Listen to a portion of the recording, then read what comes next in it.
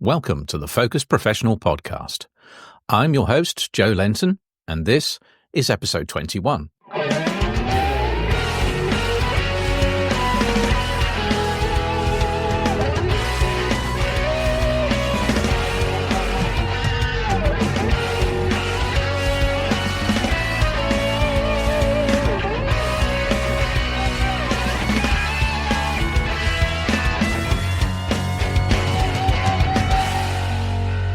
Welcome to the Focus Professional Podcast. Today's guest has a style ranging from cute to grisly, from pet portraits to raw wildlife. She's currently the Photographer of the Year with the Societies of Photographers, the Wildlife Photographer of the Year with the Societies as well, and she holds a fellowship with the BIPP, amongst various other awards that she has to her name. Today, I'm pleased to be able to welcome Frankie Adamson. Hey, Frankie. Hello, thank you for having me. Thanks for agreeing to come onto the podcast, and congratulations on your win at the Society's awards night. Thank you so much. Thank you. I still can't believe that. Well, it's now about a month, almost to the day, but not quite, since you were announced at the Society's award nights as Photographer of the Year. Is it still sinking in, or have you come to terms with it now? I've come to terms with. To be honest, I don't think I ever want it to sink in. I think if I ever think that that's normal, then someone needs to give me a slap. I need an ego check. So I'm quite happy being in disbelief about it still, to be honest. Well, that's probably quite a healthy place to be with it, I should think. Yeah. Don't believe your own hype, ever. That's what I'm telling myself every day. Good. Yeah, like that. Okay. I mean, there's been quite a lot that you've written already on the story sort of behind the image and how you created it. So I would encourage people to go away and read some of those accounts that you've already done. We won't rehash all of that here now, Sure. But I wondered if you could perhaps give us an indication of how difficult it is to get these kinds of images. Is it just a case of rocking up in a safari truck and pausing and pressing the shutter down for a few seconds on blitz mode, or what's involved in getting images like this? I think there's always an element of luck. There is. You can't rule that out completely with wildlife photography, but there's so much more to it than that. I think some of my favorite images that not of my own, but of other wildlife photographers. I'm certain that there's way more to it than luck than that. You have to have an understanding of animal behavior, especially if you're out on safari and you're photographing, and you're relying on somebody else to drive for you. That's also super important as well, is having a driver guide that also understands animal behavior, and can work with you and can communicate with you, because you have to get quite bossy sometimes. And I'm quite apologetic. Everyone that knows me says I say sorry too much. So having that trust with somebody too. But I think for me, first and foremost is being able to observe and understand. And then once you observe, and if you observe for long enough, you can start to predict. But then sometimes you get it completely wrong. You think you know what an animal's going to do, and it'll surprise you. So I think there's so many elements at play, and I think luck is a part of it. But for me, you have to have those skills in terms of understanding what you're photographing, and also if you don't have the camera skills, then you could mess up your settings and miss it altogether. So there's a lot at play, I think. Definitely. So when you're working with a driver, are they purely a driver, or is it somebody where you're really relying on them for local knowledge? So where I created this image was in the Mara, and I was working as resident photographer for a camp while I was out there. So that safari camp has amazing guides, that all of them have intrinsic knowledge of the Mara, and they know the area, they know the animals, they know the different prides of lions, because that's their profession. So them having that understanding is so crucial, for me, who's a photographer trying to do her job, but also just the guest experience, because they're driving paying consumers at the end of the day as well. And so for them, it's their passion. So I think that also is super important to have people have a good time when they're going on their holidays, but also for photographers, it's fundamental, because I couldn't I couldn't drive myself. So you need to have that trust with somebody for sure. Yeah, I can imagine. Yeah, and be able to react quickly, because if you're sitting at the wheel, by the time you've Yeah. stopped and grabbed your camera or something, the action's probably gone already, isn't it? I mean, Yeah, I couldn't imagine doing both at the same time. I mean, people do, but for me, I don't know. I think you'd have a bit of freedom for sure, but I think working with somebody that can take care of that for you just gives you one less thing to worry about, because your mm, mind is already on about a million different things, especially when you're photographing wildlife, because anything could happen, right? So mm, for me, it's just being able to focus on that, no pun intended, is the most important thing. yeah. Mm. So for those that haven't seen the image yet, it's quite a raw nature image. It's not a sort of what you might think of as like a pretty bird on a stick type of nature image. Yeah. It's the side of it that sometimes people find a little bit more difficult to be confronted with, but Hmm. it's all part of the story. And I don't know how did you feel when you were creating the image, when you were watching this scene? Just an impassive observer, or did you get drawn into the feeling of the story of what was actually happening between the animals, so the hyenas and the hippo? Yeah, definitely drawn in. I mean, it's hard to tell from that image, but because the mouth was the last bit that was intact. So actually, the rest of the body is kind of obscured by all the hyena. It was basically a Mm, rib cage by that point. But I'd been at that carcass the day before as well, and there was a lot more of it the day before, because there were about 11 lions on it. And so wow. then by the time all of these hyena descended, I shot this image about 10 minutes after the last lion had left. Mm, Um, so in that sense, like I'd been out and visited it and kind of seeing the progression of uh, like prey and then scavengers and everything else happening with the carcass. So for mm, me, it just kind of became part of nature. Like you said, it's not an easy image to look at. It is an image that I think and I hope challenges people. Um, but it is. I've had people that I didn't expect, like my aunt, for example, is she wouldn't choose to go and watch something like that. I don't think that she would probably go on a game drive because she wouldn't want to see that mm, side of it, which is fine. Many people feel that way.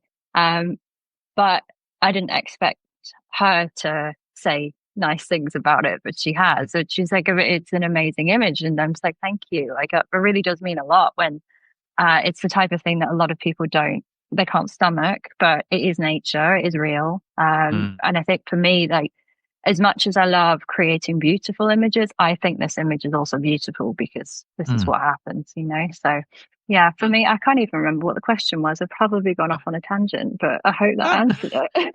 No, that's absolutely fine. I mean, how about when you saw the image afterwards, when you uploaded it onto your laptop, or when you were looking on the back of your camera, did you have a feeling about it then that you'd captured something special, or were you just so lost in the moment that you kind of it took a while before you realized later on that you wanted to sort that out as one of the best?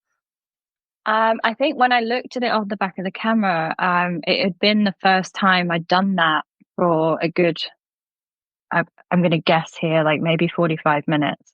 Mm, Because when I first arrived that morning, it was still just before sunrise, and it was when the last two lions were at the carcass. And we were driving there, and I just saw lion after lion peeling away. mm, So then when I got there, I'd actually started video recording what had been going on, because for me, the light just wasn't strong enough to take photographs at that time. Like, it was just, mm, yeah, not optimal. So I took some video, and then by the time the sun had properly come up, that's when I asked, could we go around the other side? Because the two lions had gone. The last remaining lion had gone after she'd been on her own, surrounded by hyena for about, like, I want to say, like at least 20 minutes, maybe longer. And so I think for me, I only had that break pretty much like shortly after I'd shot that image, because it had been like all go for such a long time. And mm, so I don't I don't tend to like shoot and then look at what I've got when I'm photographing wildlife. I just go for it. And then if I've got a mm, break afterwards, I'll have a quick flick through. But I do remember stopping at that, because I've got a couple either side of it where there's no eye contact. from the hyena. And then when that one I kind of went back to, and I remember showing the driver that I was with, I was like, Yeah. check this out. And he was like, gave me that like nod of like, oh yeah, that's a good one. But yeah, it was something that really struck me at the time. Like I've got a handful of images that I've shot of wildlife that I still, when I look at them now, I still get that like feeling in the gut.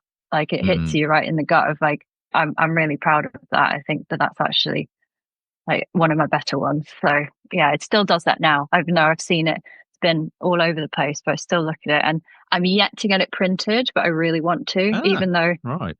I don't know who would want it on their wall, but I kind of do. But I think it will then take on a new dimension as it's printed. So yeah, for me, it's one I've always kept going back to.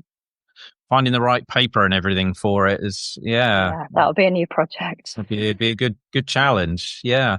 I mean, is going back to, in a way, what you said earlier about the importance of your camera craft when you're in those situations. So you're somebody who doesn't sort of click and then have a look at the back, and chimping, I think people like to call that, this shoot and look.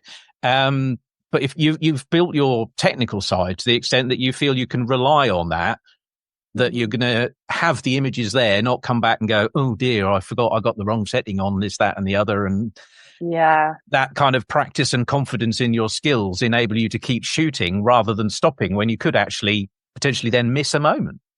Yeah, I know. So that's all come from wildlife, because I mean, for context, I've started off photographing domestic dogs, and we've kind of gone full circle. But then I sort of segued into wildlife for a while. And it was that situation where you can be in a moment where everything is all kicking off, and maybe you're at a situation like I photographed here, or suddenly there's a burst of action. You just have to be ready. I can't fathom being any other way, because I wouldn't want to miss something. So that definitely taught me a lot of just making sure that you're always ready and you're always reacting. If things are slow, then yeah, sure, you've got time to like look at things on the back of your camera. But I think there's also as well something to be said for moments when you're out there that maybe how many times can you take the same photograph, So it's not just about reacting quickly, but it's about making that decision of let me rephrase this. Like, it's about like knowing whether, do I need to just keep shooting because am I actually getting anything different that I am 5 minutes earlier? Is it no? Yeah. So I would come back from game drives, and I don't shoot as much as you'd think I would, if that makes sense. Just because also I have a bit of a problem with pressing the delete button on a raw file, even though I'm like, why do I need 10? I don't, but like it's just that psychological thing. So I try to not overshoot at the same time. So yeah, just learning to react, and then now it's got to a point with the in-camera skills where it is a bit of second nature, for sure. But I have Jessica McGovern, right? She's been one of my mentors for dog photography for a long time, and she's really drilled it in about in-camera skills. Like, if you don't get it right in camera, then what are you going to do afterwards? Like, you can't really save a bad in-camera image, so that's the mindset I tend to have about it. Yeah, because I mean, the naive assumption that some people make with wildlife and with sport, anything with action in it, is that you're just machine gunning it. You're shooting everything you can in the hope that you get something, and you might start out that way. But actually, people can be quite surprised in a way how few images some professionals shoot. And as you say, if there might be a situation where you've got a lovely pose from a lion looking across the savannah, and you think, great, this is going to look nice, and someone might just hold their finger down and get 20, 30, 40 of those. But actually 2 or 3 might do. What's the difference after that if it hasn't moved? Why keep shooting? Exactly. I've been in that position before, like in 2023. Just towards the end, I'd spent 3 months out in the Mara, and I started asking myself, Frankie, how many images of lionesses on termite mounds do you need? Like, I mean, but it's always a beautiful sight, but it is sort of like just relax a little bit. Yeah. Yeah, Mm. yeah, absolutely. So having achieved so much success with this image, do you feel that you still want to keep on entering competitions, or do you think, oh, that's it, I've made it now? I know, I definitely don't think I've made it. But then I don't, I've had an interesting history with competitions because I think when I first started entering them, I was still reasonably new to photography. Like for context, I only started learning properly how to shoot in 2020. Hmm. So for me, I think the first competitions that I entered were either tail end of 2021 or early 2022. I'm sure I'm going to prove myself wrong when I go check that later, but it wasn't that long ago. Mm. Um, but now I am definitely a lot more judicious about what I choose to enter into competitions, and I do it because it's good development for me. Hmm. I don't like feeling complacent. Like that's actually one of my biggest fears is feeling just letting myself be complacent about things. Sure, Um, yeah. and that doesn't only mean for awards. That just means in my craft as well. Like I Mm. constantly want to develop as a photographer. So for me, I will still enter competitions. I'm Mm. not going to do what I did early on and throw everything in at the wall and hope something sticks. It's just be like, okay, if I've Mm. got something that I think is impactful, I'll enter it, but I'm not going to sort of approach it in the way that I used to. That makes sense. Yeah, Because this year I yeah. didn't approach it like that either. And I think that then kind of comes across in what you're producing, and what you think is worth entering. And then it's good for your Mm. mental health to not fixate on things like that, you know? Yeah, yeah. I mean, I've sometimes used competitions as a way of sort of benchmarking myself to try and keep my standard at a Mm. certain level, hoping that I'm not slipping, Yeah. so that I can still get reasonably the same sort of standard rather than worrying about winning the competition or something. Yes. Just thinking, okay, am I still producing consistently good quality work, and can I push it creatively or technically a bit further, perhaps? And so personally, that's how I've found they've been useful for my own development. Yeah, for sure. And that's definitely like the way I look at it going forward as well. Mm. Because I think that's actually really healthy. Yeah, yeah. Mm. So aside from the sort of personal development side of competitions and qualifications, of course, as well, because you've done a fellowship, um, Mhm. what impact, if any, has that had on your business?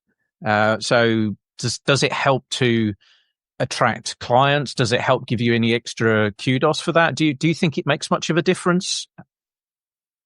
That's a really interesting question because, like, for one reason, like at the moment, I'm really, really new in my setting up my new business in the UK. I Hmm. started things in January. I've been like shooting a fair amount, and marketing a lot. I've found coming back to the UK and setting up a business here. Obviously, that's going to be really difficult. I've never run a business in the UK before. My previous dog photography business was in Hong Kong. Hmm. So starting again, that in and of itself is really hard. Literally, like next to nobody knows who I am in terms of like to come to me to book a portrait session for their dog. I'm an unknown. Mm. Um, Obviously, this competition success has been amazing. I've had a lot of exposure and press surrounding it, but a lot of that is industry press. So Sure. that's been great, and I'm so happy that that's happening. But it's not sort of filtered down into client level, if that Hmm. makes sense. So Yeah. I've not, I've not had a press release picked up by a local newspaper, for example. It's really, really hard. So I'm like grafting away to like do this type of like grassroots stuff. But I think it with time, and I'm really driven. I don't give up easily with things, and but what I have noticed is that I don't know if it's a UK thing or if it's the fact that I've evolved as a photographer and I'm being taken a lot more seriously now, or it's a combination of those things. But People are very nice to me. They understand. They seem to understand why I charge what I do, which is Uh-huh. part of the hurdle to overcome. So Oh yeah, yes, let's yeah. ask me again in a year, and then we'll see. Yeah. Yeah, these things can help with sort of cementing in your price point, I think, sometimes when Yeah, people are comparing different people. And if you've got those kind of peer awards behind you, it's not just people are saying on Facebook that you're good, it's your peers are acknowledging that you're one of the yeah, best. So yeah, it is, as you say, though, most of the exposure is within the industry to other photographers who are most of the time not that likely to be your clients for a pet portrait, I presume. Unless they've got dogs, you never know. Yeah. Yeah. Oh, well, there are quite a few that do. So you never Yeah. know. You never But know. yeah, you're absolutely right, and But I'm really happy to have that. Like it feels like it just feels like validating, And then you're Mm. like, okay, people seem to think that I know what I'm doing, so I must know to some degree what I'm doing, and now I feel a bit better about it. So have you always worked with animals, or is that something that's just happened more recently when you started photographing people's pets for them? Uh, yeah, it's a more recent development. I used to work with that group that everyone told you not to not to work with, which is children. I used Oh, to be a teacher. oh. Yeah, I was a secondary school teacher for the best part of a decade. Um, and then it was during COVID that actually took a break from teaching to go and do my master's degree. Hmm. Um, and then that's when the pandemic happened. And so I'm a COVID hobby photographer. Hmm. Because remember those days when you could only go out once a day and Yes. for exercise. So I'd walk the dog and take my camera. So yeah, it's been Mm. a more recent development that I've worked with animals. Yeah. Yeah. Oh, okay. So, you clearly sort of recovered from being a teacher because you do look quite happy now. Hey, I loved being a teacher, but it's just, yeah, you're right. It's exhausting. Yeah, it's Yeah. not an easy job. I mean, being a freelance photographer with running your own business is tough, but being a teacher's tough too. So you certainly haven't chosen the easy career options. No, I haven't. But I've said before, like I used to do both alongside each other. There was part time and then also part time, like as a photographer when I first started my business in Hong Kong. And that complemented each other quite well because like to be a teacher, you have to go into a classroom, and believe it or not, I am a massive introvert. Like I get massive social anxiety. But then when I had to go into a classroom, I'd turn it on, I'd put the mask on, and I would, Mm, do what needed to be done. And then at the end of the day or end of the week, you're just absolutely exhausted. And then that's when you're like, oh, okay, I can go and be a photographer, and I mostly do things alone and edit yeah. alone, and yeah, so it's sort of like they scratch different itches, but I think for me, yeah, the more time has gone on, and the more that I've like developed as a photographer, I think that the quieter, more introverty lifestyle is what's going to Hmm. prevail here for sure. Fair enough. I mean, do you think that the two will combine at any point? So teaching photography, even perhaps, whether that's to children or adults or whatever, or do you want to leave the teaching side behind? I think I'd like to leave that behind. I mean, I'm not saying I would never teach anything ever again. I used to teach literature and I really enjoyed it. Hmm. But teaching photography is not something that I is on my radar. No, Mm. not at all. I feel like there are so many more established places and so many photographers doing that are going to do that infinitely better than I would. So that's going to be left to them.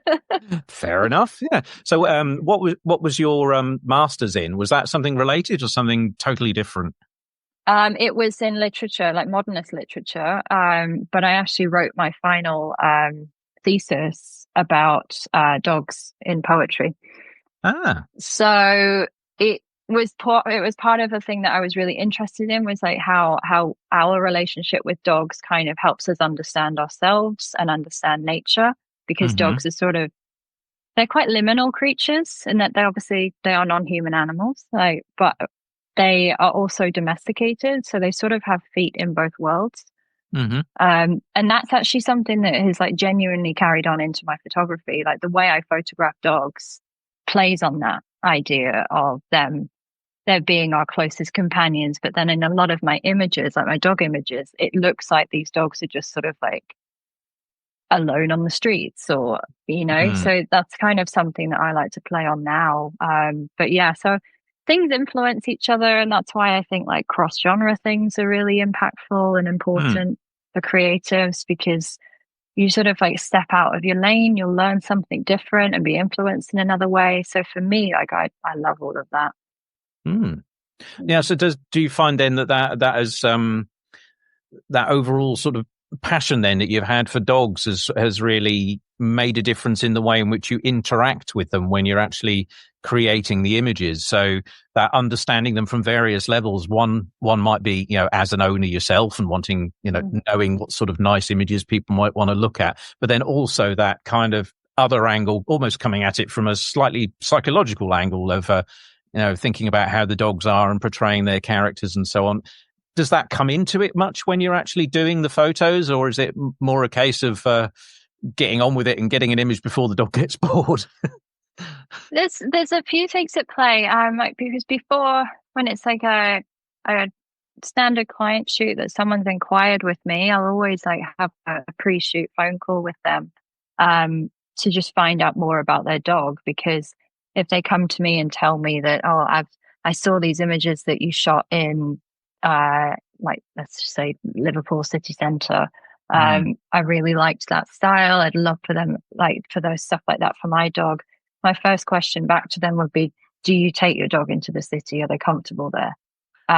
Because some are not. I mean, I myself, I have a border collie who now I could take her into a busier place, but is it her favorite place? It's not. So am I likely to get the best images of her compared to if she were to go into a forest and we found some like trees to take some portraits with? Then she'd probably be happier in the latter.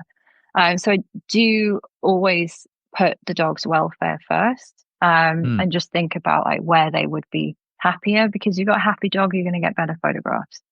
If the dog is scared, if the dog's not comfortable, I can't lie about that in the end image. It's very obvious in terms of like what their eyes look like, how much they're panting, what their ears are doing. So for me, that is super important, that they are comfortable and relaxed. But yeah, I that's another thing as well. Like when I approach a client shoot, I'm thinking about the types of images that they want to see of their dogs. Quite often, they're not the types of images that I would shoot for myself. So I try to do a mix of them. Clients, they love like close up headshots, like a lot more, their dog featured a lot more in the image. So I'd make sure I get those, because that's what most people want. But then I also make sure I pop a few in for me where the dog is maybe about like this big in the image compared to a huge building. Yeah.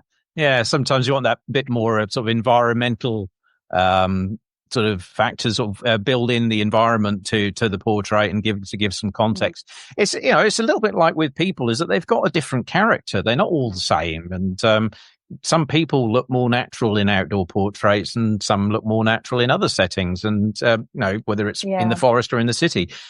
You certainly know with me, you stick me in the city, I'm not too keen, there's too much noise and that going on for me. So I'm sure that there are dogs that would freak out as well. There are, like with my own, like, yes, I have photographed her in the city, but I was there at the crack of dawn with no one around. She was on the lead. She was all safe and happy. So it can be done. But again, you just have to know, and you have to rely on people being honest with you, and it's abundantly evident very quickly whether the dog's comfortable. And so that for me is super important. So just making sure that you have that understanding of it, because like I said, like it's going to be so obvious in the final pictures, and I'm not comfortable putting a dog in a situation like that. So how important then do you think it is that a photographer is passionate about their genre, about what they're shooting, if they're going to get not just reasonable images, but good or even great images? Is technical skill enough? or do you actually really need, do you think, that kind of a passion to really delve in? I think it's obviously the technical skill is a necessity for sure. But I think, like we talked about earlier, is, at least from my point of view, is that fear of fear of complacency. I'm sure that there are many times where you it's good to be comfortable and it's good to feel like you know what you can doing and you could bash something out and get the job Mm, done.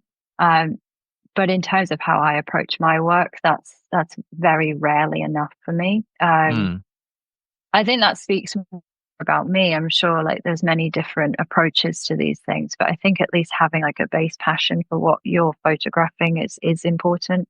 And I mm. think that would come across eventually in the end result in your images. I don't know what you think about that actually. Like, is that something that is important to you? Because I know you shoot a lot of different genres. Yeah, it's for me. It is being passionate about showing your subject in as best in their best light as best you can. I think Yeah. a lot of what I do has been sort of product photography, and so that can be a variety of different things. But you Hmm. can make it look interesting. It doesn't have to look flat and boring. You can find interesting Yeah. lighting for it, and for me, that technical process is interesting in and of itself. Really, Yeah. it's I have a kind of a passion for sort of visual communication, really. So it's trying to say something with an Mhm. image. Okay, it might not be a grand composite sort of visual narrative in that sense, but I think every single image can communicate something across. Yeah. If it's a bottle of beer or something, it's, trying to tap into the fact that you might be hot and feeling thirsty. It's whatever it Mhm. might be like that. It's using psychological hooks to connect with people. But I think it's also, if you're going to be doing it all day, every day, you Mhm. are going to come across obstacles. Things will go wrong. It's not a case of they might. At some point, things do go wrong. No matter who you Yeah. are, things It's happen. inevitable, right? Yeah. So if you're not passionate about it, picking yourself up to get going again is hard.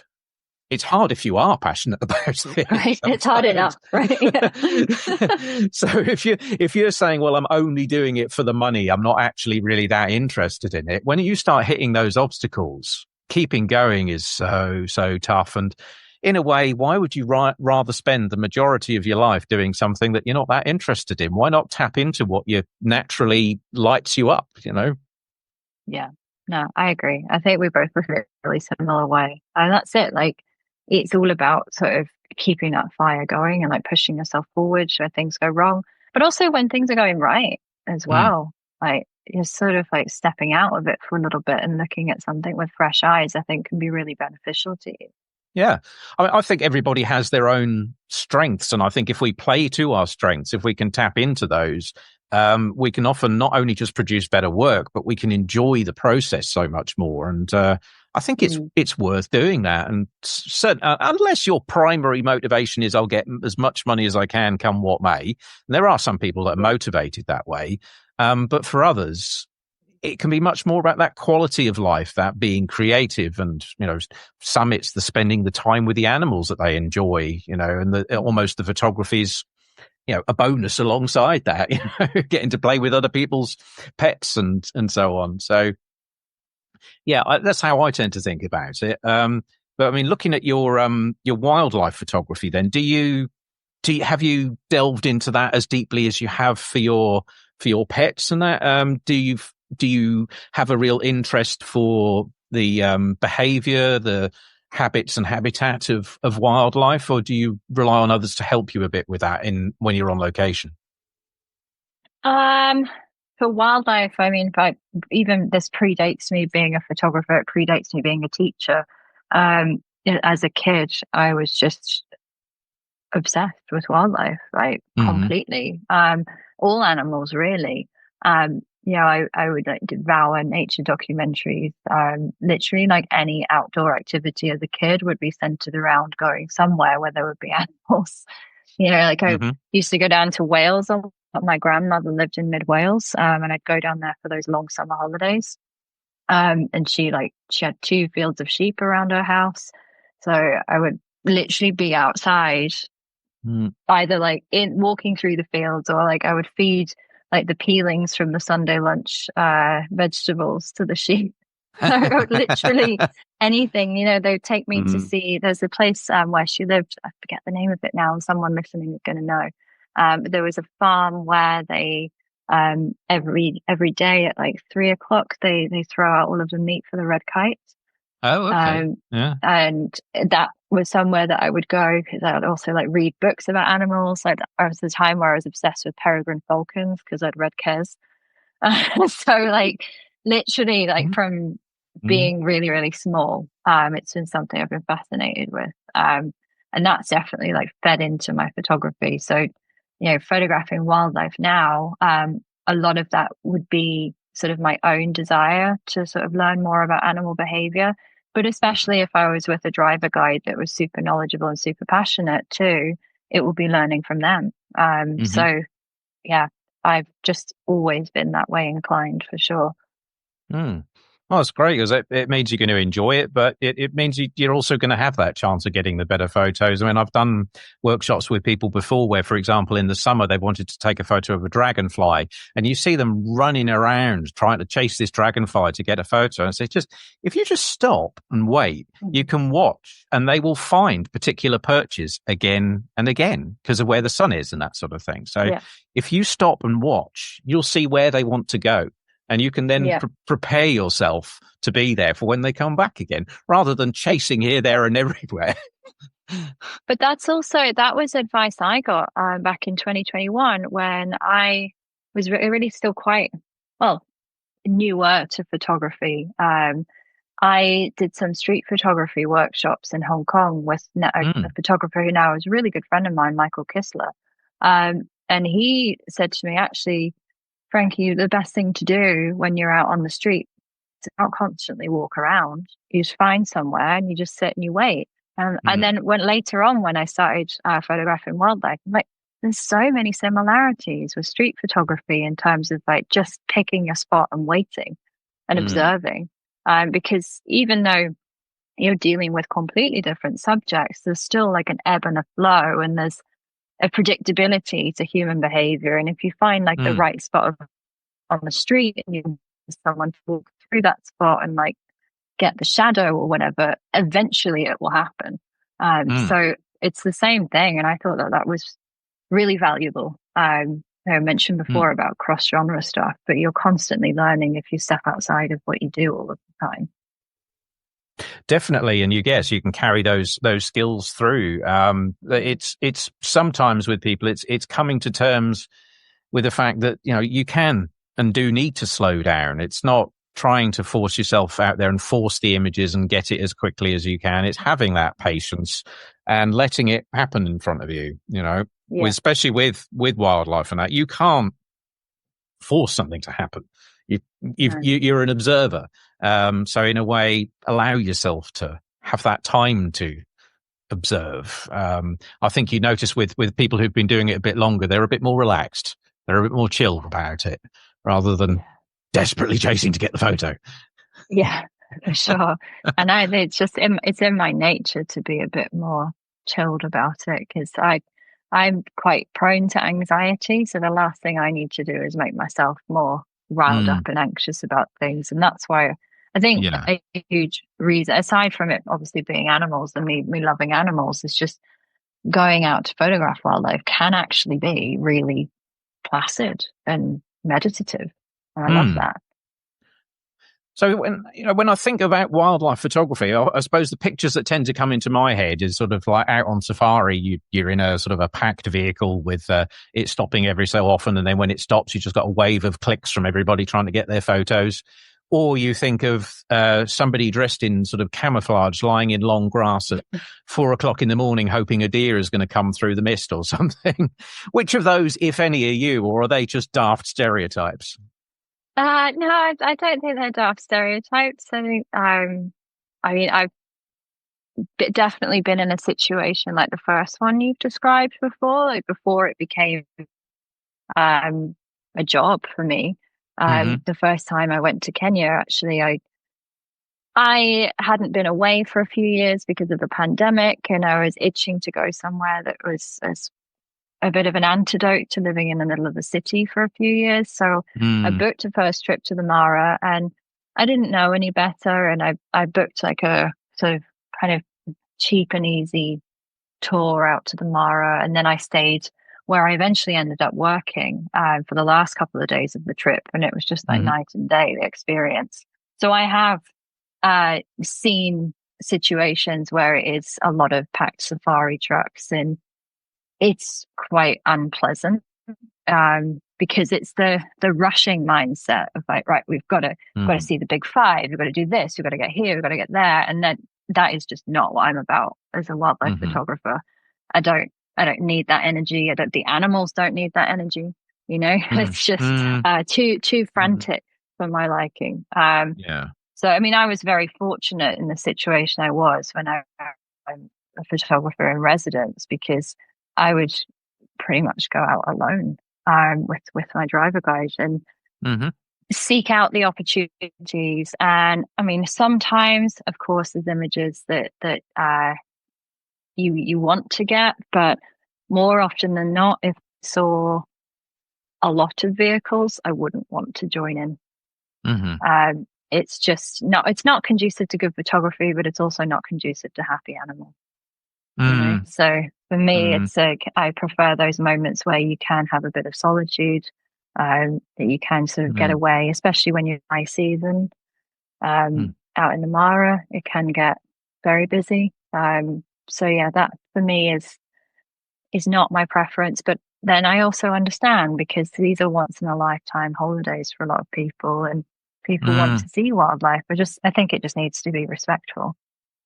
Yeah, there's that. It can be a lot of money to go out there and get all the kit to be able to photograph these animals. So people, are kind of desperate, as you say, to see the big Yeah. ones that they want to get, that tick them off their list and get the photos. And yeah, that does put you in a certain sort of mindset. I mean, so that's often for them, I suppose. That's their motivation. They want to see the big five, etc. I mean, for you as a photographer, okay, your pet photography and your wildlife photography are quite different in some respects, but can you pinpoint what you would say is your main motivator for doing both of these? What is it that gets you out of bed in the morning? Oh my gosh. I think what unites them is a genuine love of the subject that I'm photographing. Mm-hmm. That I hope that comes across in the images that I produce. They are meant to be love letters to what I'm putting in front of the camera. Mm-hmm. Um, and also for me, I see how happy it makes dog owners when you've created something for them that it's Mm-hmm. only of their dog. And it's something that hopefully the end goal is that will be with them forever. Because I've been in the awful situation where a dog has passed on, and it's kind of the reason why I got into dog photography inadvertently, is because I wasn't the type of person at that time to have like an entire phone chock full of images of her. I was Mm-hmm. very present when we went out on walks with her, and I have lots of lovely memories, and I have a handful of things that I got on a hard drive somewhere, videos and a couple of photos of her. But it was not enough, and I definitely don't have anything that I could put on my wall and remember her by in that way. Mm-hmm. So for me, that sort of became a thing, and I started been doing it sort of long enough now that sometimes I get that really sad email from a past client that tells me that their dog has passed on, and they ask if they could look at the gallery again and see if they could take a few more images of them. Right. So for Yeah. me, it's like it takes on a bit more of a sentimental meaning when you're photographing somebody's pet, because it is Mm-hmm. so personal. Um, and it's something I think only dog owners fully understand. Yeah, because you sort of people that have never had a dog, and they don't view that relationship in the same way, but they are like really important family members. So that for me, for definitely for dog photography, a massive motivating factor. And wildlife, I might just yeah, have it's to very interrupt and different. say that cats are important too. You know, cats can be They people are. too. You know? They definitely are. I know. I also love cats. I've just not had a lot of opportunity to photograph them. I certainly wouldn't let a cat loose in the middle of a city either and expect it to stand still. So, No, but I as mean, a cat lover, you know. so you see more and more people with their cat out on a leash these days. So you never know. Let's see. But yeah, no, cats are super important too. So I'm definitely not. I'm not going to get into the cat dog debate. I mean, I'm more No. used to photographing big cats for Yeah. sure. But yeah, no, for wildlife, it's very different. For me, I'm photographing wildlife because I love what I'm seeing, and yeah, so that's just more of a creative itch for me to scratch. And the end result, I mean, I think you could see a sort of common thread with my style, but I mean, wildlife images for me, I that's what happened. There's no Mm. compositing going on. There's nothing. I'm not manufacturing anything about that situation where it's Mm. my domestic dog portraits. Of course, like the dog's often on a lead, so I have to then think about how to make the impression that it wasn't. So they're doing Mm. different things Mm. for me, which I like because it keeps it separate and there is a distinction. And I do have a different philosophy about each type of photography. Mm.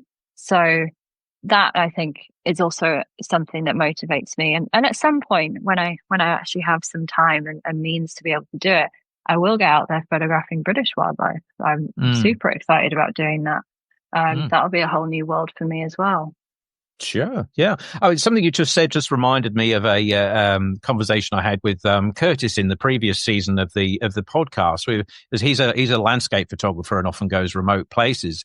I just wonder if I can bring that sort of reflection to you and ask how you feel about it. Is that idea of being present in the moment and enjoying the moment versus kind of, in a way, I don't like using the word capturing. It always sounds a bit Mm. artificial to me. But do you feel a tension in that when you're in these moments where you're photographing, a tension between getting the photo and really being present in the moment? What people might be call being mindful of what you're actually doing. Is there a tension there for you, or do the two dovetail together? I know there is. I feel like you've really, really hit on something there. And again, it comes back to the time that you have available to do it, I think. Because if I put myself in the situation where, say, this is the first holiday I've gone on in 2 years and I'm going out to the Serengeti or something, and I've only got 10 days, I think it would be very, very difficult to be mindful and put the camera Mm. down and observe. I'd like to think that I still would be because that's the type of situation that I crafted for myself. But I also realized that I had the luxury of being able to be out there for months on end. Mm. So I was very mindful of things like that for sure, because of course I am a photographer first and foremost, but I do love what I'm photographing, and I do Mm. just, for me, just being there and observing is a privilege, right? You're in these animals' habitats, and just sort of, there'd be times where I'd see things that I couldn't believe I was seeing, and so Mm. there would be that tension sometimes between getting the shot. But then I'd also be able to sort of have that conversation with myself in my head, and which was not too dissimilar to what happened just before I shot the hyena image, is when Okay. Yeah. I was watching the last lioness, who, she's not even fully part of that pride. Like, she spends a lot of time on her own, but she was allowed to eat with them. And it was one of the only times that she'd been back with that pride in many years. Actually, she'd been sort of Mm-hmm. on the periphery, sort of ousted from it. She was the last lioness left at that carcass. But it was still too dark, really, for me to get shots that I wanted. And I did a filming, but actually, like, halfway through, just put my camera down because I'm like, this is actually one of the most incredible sightings that I think a lot of people would have. Is to have, like, how many times would you ever see one lioness surrounded by upwards of 30, 40 hyena eating at the same carcass and nothing Mm. kicking off between them, you know? So that was a moment where Mm. I really wanted to be present in it. And Sure, I got some video that occasionally I go back and watch, but I'm by no means a videographer, so it's not great stuff. But yeah, I can still like hear that moment because it was all of Mm, the chattering between them, and I just remember the more breath of all the hyenas, all like it was creating like such a dystopian scene that for me, like sitting and being present in it was something that I really, really wanted to make sure I did. But mm, again, that's the luxury of time. Like, put yourself in the position of somebody that's never been to Kenya before, yeah, and they've never seen yeah, a lion before. They're going to be like phone out, camera out. Da, da, da, da, da. So I get it. I mm, totally get it. yeah. I mean, do you find then that you go out to enjoy nature without a camera? Do you have there times where you will deliberately leave it behind and just go for a drive, go for a walk, whatever it might be?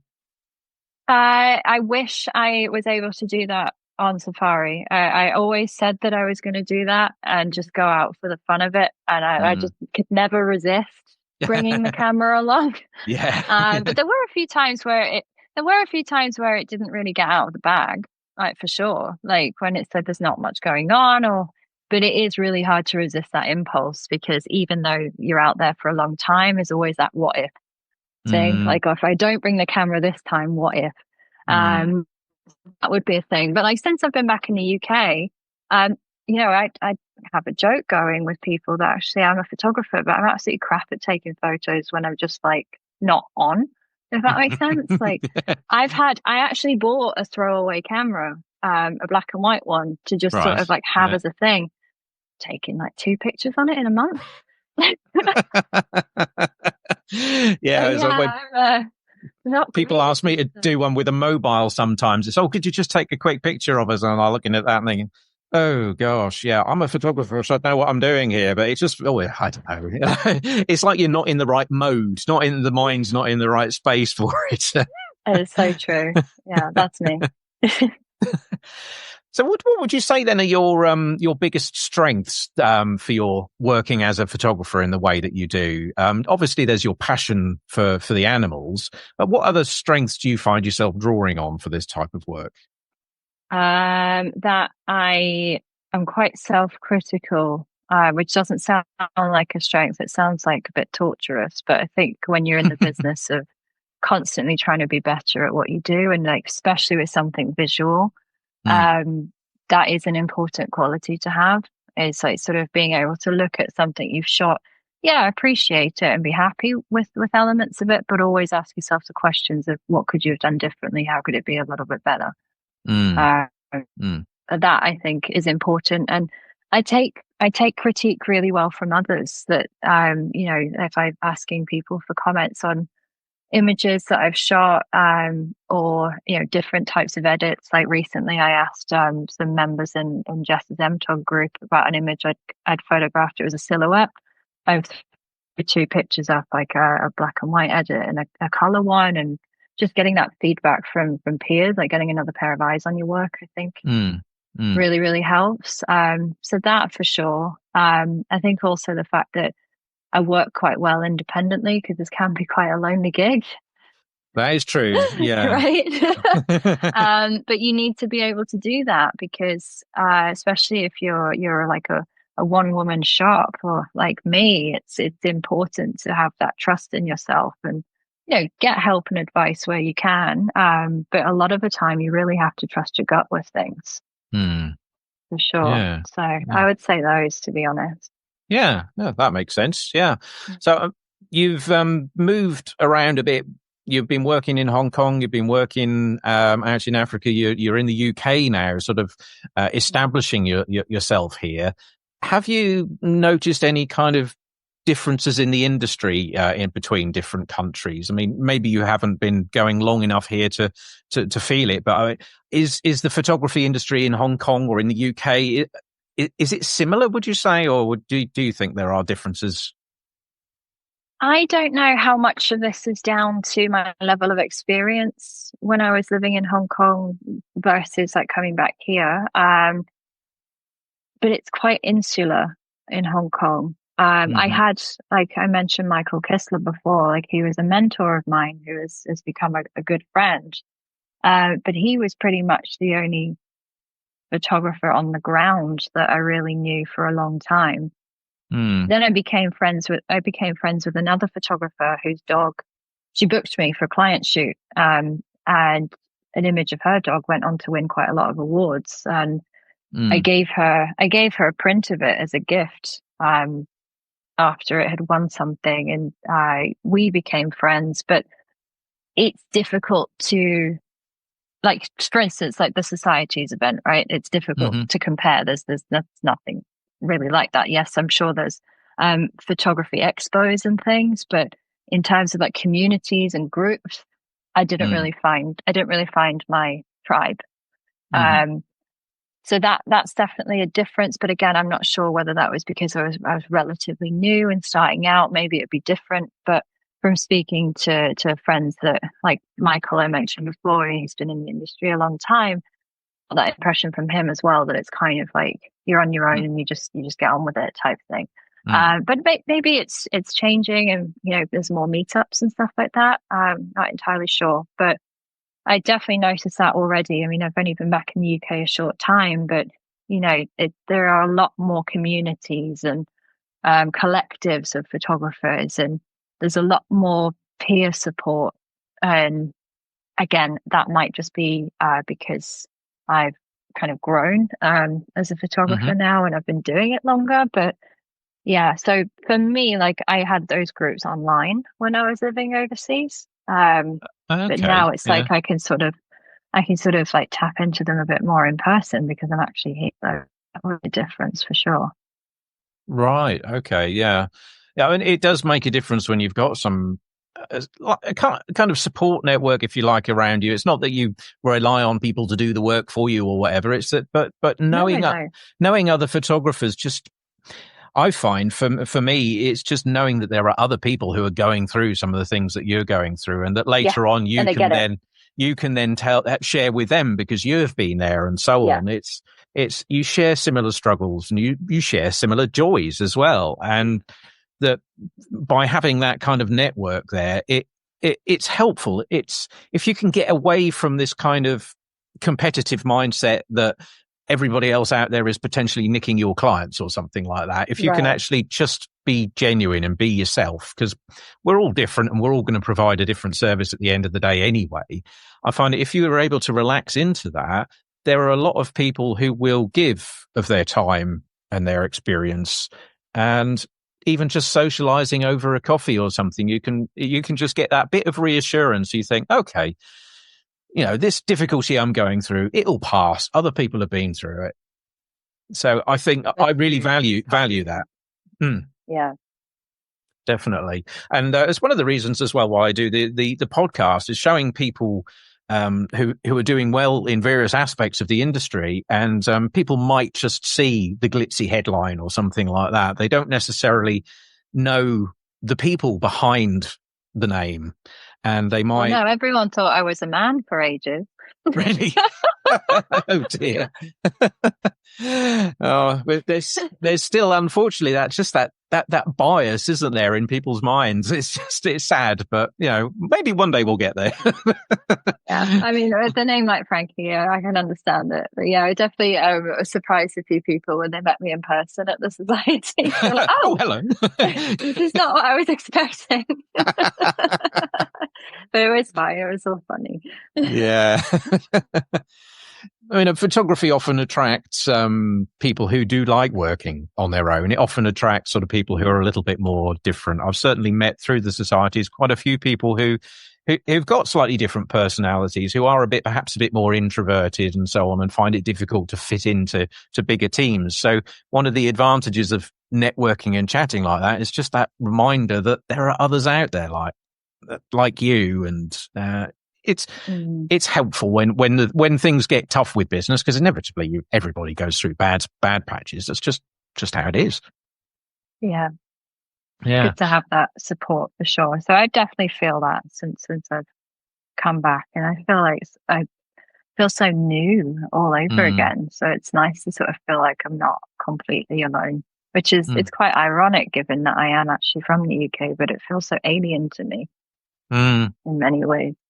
Yeah, I'm just Yeah. navigating that now. So if having a support network is crucial for sure. So have you got plans in place already for how you want to reach the UK market? Are you developing those as you go, or is that something that you've thought about in advance before you came here? I don't know whether you marketed yourself much in Hong Kong, and whether you've brought techniques with you. I know you're training a bit with Jess. Yeah. I mean, she's brilliant pet photographer and great with training pet photographers and so on. Yeah, So amazing. how is this whole kind of reaching the new market? How's that crystallizing for you? I think for me, I mean, this move back to the UK actually it wasn't planned. It's just sort of, Okay. it happened through circumstance. But I'm one to just make the best of Okay. circumstance. And Yeah. actually, although it wasn't planned, I'm relishing it now as an opportunity to have a fresh start and like a clean slate, and that's Mm. actually really, despite being completely terrifying, it's also like a great opportunity and really exciting at the same time. Mm. Mm. So yeah, like I said, it still feels alien to me in many ways. I lived here for about a year in 2019, 2020 when I did my master's, but I've not lived here long term for over a decade. So a lot has Mm. changed. Like I said earlier, I've never run a business here. So learning the market. I mean, just for context, at the moment I'm based in Cumbria. That's where I want to operate my business, but I'm on a bit of Mm-hmm. a project right now for the next 5 months. I've already been going a month with it, is to visit 12 northern cities in England. And I'm photographing at least 5 dogs per city. I'm Okay. Yeah. making, so in the end of it, there will at least 50 dogs that I photographed by probably the end of June, beginning of July. And the end goal is to put everything into a calendar for 2026. So it will be a Ah. city per month. Mm-hmm. And then each city will be represented by the dogs I've photographed in that city. So Mm. that's been great. I've just done Carlisle a couple of weeks ago. And I've got Newcastle this weekend. Next month, I'm in Liverpool and York. And so as the time goes on, I like announce new cities. At Liverpool, applications went crazy because it's my hometown. Right. So that became a thing where it's just wow, I was really blown away by the response to it. So and it's not too far away from where I am now, so hopefully Mm. I could build up a bit of a client base. I'm definitely getting a lot of eyes on the business for that. I've just started getting my first like pieces of organic inquiry, which have Mm-hmm. come from things like mailing lists, blog posts I've put out there. Talking about this project has helped. I've got like 2 5-star reviews on Google now, which Mm. to me is, Good. I'm like, oh wow, like I'm so excited about it. But it's so important, right? Because Mm. people Mm. listen to other people. So yeah, a lot of it has been through the project and like blog posts, like social media. I'm still sort of getting to grips with. I don't think Instagram is necessarily the right thing right now, but Facebook seems to be working for me. Mm-hmm. Also having access as I'm a part of like Jessica's membership. She has a lot of amazing business resources out there. So Mm. I can only ever thank her for, she's an incredible photography teacher, but she's also an amazing like business teacher too. So Mm-hmm. just constantly learning and sort of trial and error and seeing what's working and yeah, really sort of building up that portfolio too. Because up until like recently, my portfolio of dog images were all from Hong Kong. So, Mm. sort of, I feel like I'm in Disneyland at the moment with all the locations I can go to. Are you trying for different breeds wherever you go then? I mean, there's my brain obviously I goes, Yorkshire, York, you've got to have a Yorkshire Terrier in there, haven't you? It's got to be Yeah, done. I'm trying for different breeds for sure. So I think that will get more pronounced as time has gone on when I can see what I've already photographed. But yeah, I'm really trying not to repeat breeds, but sometimes it might not be possible. So yeah, they definitely need to take into consideration for sure. Mm. And then also it just depends on people's availability too, because sometimes someone will have a dog, you're like, I really, really want to photograph this dog, but then they can't make the date. So you've got to adapt. But yeah, there's definitely like an ideal, but trying to make it fit with the reality is another challenge, but it's all fun. Yeah, yeah. All the logistics all that come into play with these things. Yeah, the more people that you've got to get together on the same day, the harder it becomes. Yeah. Yeah. So, other than this project here, what other goals are you currently working towards over the coming year or further afield? I don't know how far ahead you think in terms of goals for yourself or business. Yeah, I do tend to at least plan loosely for the year. Like I've Hmm. got things that I want to achieve by the end of 2020. Wait, five. Yeah, Just yep. checking the year. Yeah. um, Yeah. yeah, definitely things like that. I mean, I definitely want to pursue more qualifications. With the different qualification body as well. So, and again, for no other reason than I think it just keeps me evolving and keeps me working towards something. Hmm. So yeah, that's something that's definitely on the cards for me. What else? Like obviously there's business goals as well, but I Hmm. get to the point where I even break those down to monthly ones because Hmm. things, you have to adapt, right? It's all well and good saying I want to achieve this by the end of 2025, but you know, you have to then look at like the smaller increments to get there. Definitely. So yeah, I tend to be quite strategic about it and not, be a prisoner of it at the same time, right? Because Mm. you're Mm. adapting and sort of, things come up, opportunities arise, things go wrong, and trying to sort of fit that in. So for me, I do have goals. I'm quite aggressive with them in the right ways, but you also want to be sort of fluid at the same time. Mm. I think with goals, with structures and things like that, they're there to help you to do what you want to do. I think when they start to fossilize and get in the way, then Hmm. that becomes unhelpful. And I think you're Yeah. definitely right about breaking goals down. If to get to a big goal, you can target lots of little steps. And also the other thing Hmm. is with motivation, we our brains respond to achieving something. We get the dopamine hit, and Yeah. rather than there just being one right at the end, you can give yourself little stages to get to. Yeah. Oh, I've managed that today, and you know, treat yourself to a cup of coffee or your favorite drink or something like that, and little Yeah. things along the way that then just help keep that motivation up and keep you moving forward, rather than just looking for one big goal and thinking it still seems to be miles away, just as it was Yeah. miles away last week. It's true. And then it can start to feel abstract. And I think Yeah. that's why, this has definitely happened to me in the past, is though you've done things like that. And then it sort of, you waver from it or you sort of lose motivation because it doesn't seem attainable.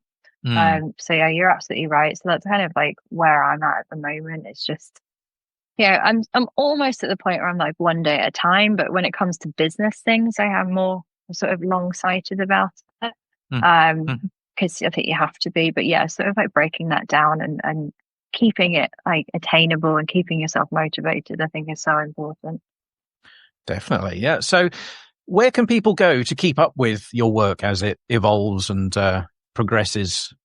So I have my wildlife website is thewildlifeside.com. She's a bit sleepy at the moment. I need to sort of get to her and update her. But where things are being updated most are photographybyfrankie.com. So that's basically the home for my dog portraiture. But I've been really good in Hmm. 2025. My blog is being updated. There's constantly things on it now. So that's going to keep momentum going. So photography by Frankie is the way to go. Great. What about with social? Do you tend to use social media much? I do. I think my Instagram is photography dot by Frankie. I say I think, so I had to put a dot in there because the other one was already taken. Oh, that's annoying, isn't It is, but I'm like, it? I'll let it go. It's fine. And they're not in the UK, I think, so it's okay. So mate, by all means, go into the other Frankie. I think she's doing amazing things wherever she is. So if you get it wrong, there's good photography on both sides. Well, you can always follow plenty of people. That's one of the easy things about social media. But Yeah. yeah, it's It's a nice way to be able to keep in touch with what people are doing, see those updates, and presume they can subscribe to your blog on the website, can they then? Yeah, so there's a mailing list, and that's like where all the updates will get pinged out. It's really obvious on the homepage, and I've scattered it about places to sign up, so you absolutely can. Well, thank you very much for your time today. It's been really good having a chat with you and finding out a little bit more about what you do. And hopefully that will encourage people to go and take a good look at your portfolio, and especially that particular winning image. If you haven't seen it already, then got to go and take a look at that. Hippo being eaten by hyenas. Yeah, don't be put off by that. It's good. Trust me, it is good. It grabs you. So yeah, thank you very much, Frankie, for coming on the podcast. Thank you. I've really enjoyed talking with you today. Thanks for having me. Thank you very much. And thank you all for listening. This is the Focused Professional Podcast.